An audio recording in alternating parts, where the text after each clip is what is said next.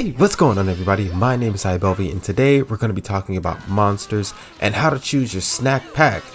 And no, I'm not talking about pudding. Sorry, Billy Madison. Okay.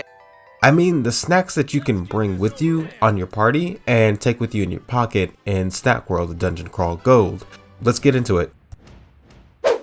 When it comes to the monsters in Snack World, understanding how they work can be complicated. Let me explain. First, you have 12 different family types. You have a beast type, a lizard type, a dragon type, even a zombie type, just to name a few. Then from that, each monster has a certain element. There are about 8 or 9 elements. You have ice, you have darkness, you have earth, fire, wind, water, heart. Wait a minute, there isn't a... By your powers combined, I am Captain Planet! And then even from that, you have different colors. Some can have 1 or 2. So you got like red, yellow, brown, green. The list just goes on. And there are 206 monsters. And then from that, each of them have a different role. So you can either have an attacker, a support character, trapper, defender, and a secret character.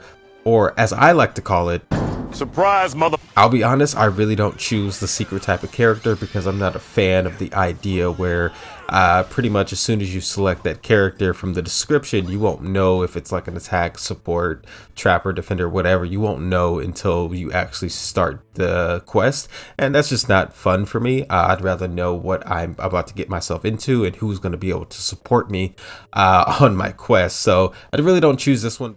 Alrighty, so next, let's talk about your snack list. First off, to get a snack, you have to do a snack shot, but to do a snack shot, you have to become familiar with said monster to be able to add it to your party. So pretty much if you just open up your Pixipedia and go to monsters, you'll see that how many times you've actually encountered that monster. That way you can see, okay, cool, 22 out of 23 times. I just need to see this guy one more time, defeat him in battle, and then I will be able to capture him and add him to my list. You can actually get multiple of the same monster, which is kind of cool. From what I've seen, that sometimes the HP is a little bit higher for the same monster type. I'm not sure why, but you can always find a different monster, saying like, oh, okay, one of my beast characters that I have, this lion character he's not as strong as my other line character, so I'm going to go with him. So there's that.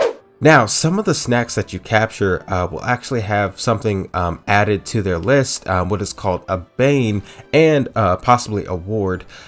These actually give your snacks extra, like an extra effect. So just looking at this screen here, you'll see that Leo over here actually has a Bane where he gains a moderate boost in damage dealt against the Aqua types that you come across. And he also has a Ward for wind resilience boost. So if he's being attacked by somebody who uses a wind ability, a wind element, he would be able to, just withstand that a little bit better. And then this is where choosing what snack comes along with you on your quest becomes important based off of their banes and their wards. So before you start a quest, you're actually shown images of the monsters that you will face while going on the quest. And also if the quest has a boss at the end of the tunnel, they'll show that image there. And those images can kind of, especially for bosses, those images can kind of help you decide like, okay, I think that big red chicken means that it's fire, right? So with that, you can actually just go in.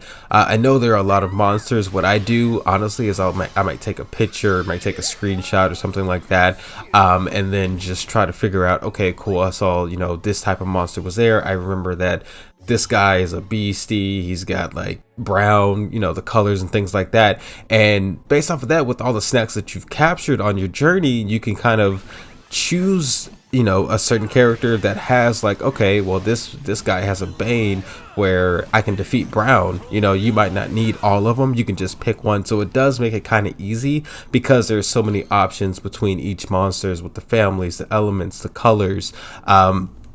that can kind of help you in choosing on what you need instead of having to just know every single monster, kind of unlike how Pokemon is, where you really need to have that knowledge of knowing what Pokemon you're about to face. This will make it a bit easier with so many options to choose from.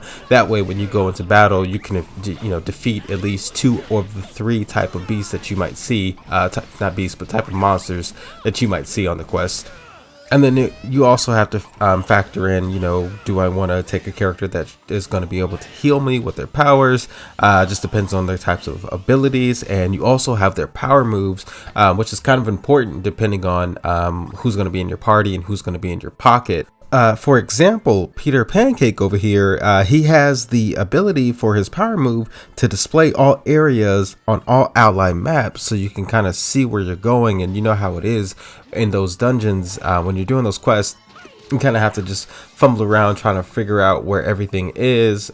So this is definitely a great thing to have in your pocket. Once you actually have that ready symbol available, you can pull them out of your pocket, launch that power move, and there you go. You can kind of see all the areas on the map. And since we're on the topic of pocketed snacks, there is this one thing that I'm not 100% sure on, but each of the monsters that are in your snack list actually have a snack staying power, a grading from A to, I believe, D being the worst, A being the best. And I believe this is once that monster is in your pocket and you decide to summon it, it grades it on how long because there's a time limit for how long that snack stays out. If it's an A, I'm guessing it's going to stay out a lot longer. I've tried testing this out, but it definitely takes a long time to get that readiness going, and sometimes I forget to even activate that option.